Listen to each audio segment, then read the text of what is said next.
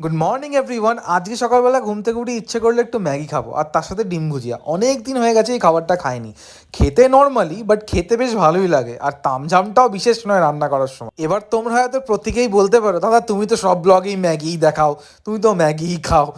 কথাটা সেটা নয়, ম্যাগিটা হচ্ছে খুব তাড়াতাড়ি হয়ে যায় স্টুডিও যাওয়ার আগে, আর অ্যাভেলেবেল থাকে, আর অন্য কিছু করতে গেলে একটু সময় সাপেক্ষও বলতে পারো, তাই জন্য ম্যাগিটা তাড়াতাড়ি হয় বলেই খেয়ে যায়। আর সকালের ব্রেকফাস্ট সেরে স্নান করে পৌঁছালাম স্টুডিওতে। আর স্টুডিও গিয়ে ফার্স্ট যেটা কাজ, স্টুডিওটা পুরো ক্লিন আপ করা।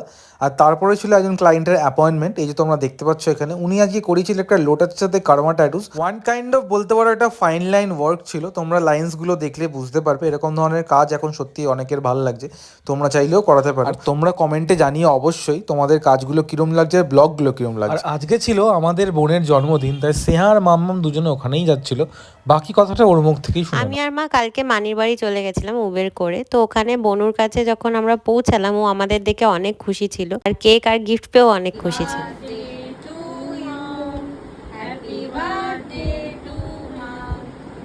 বনুর বার্থডে সেলিব্রেশন কমপ্লিট করে আমরা চললাম বাড়ির দিকে। তোমাদের আমাদের ব্লগ ভালো লাগলে please like, share and subscribe করো।